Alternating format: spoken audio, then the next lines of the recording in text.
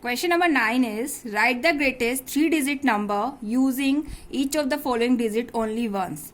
So only 3 digits are given here and we have to make greatest 3-digit number. So we'll start with the greatest value. Greatest value is here 9.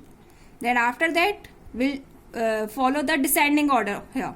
9, after that 4, after that 3. So greatest 3-digit number is 9, 4, 3, and you can see we have used only one time all the digits.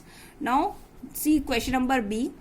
805 is given, so we'll start with 8, after that 5, after that 0. So greatest digit you can easily make. Now see, question number 10 is your homework, as well as question C of question number 9 is your homework.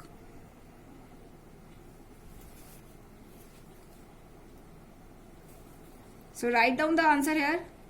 We'll start with 9, 4 and 3. This is greatest 3-digit number using these 3. And here 8, 5, 0 is the greatest 3-digit number using these 3 digits.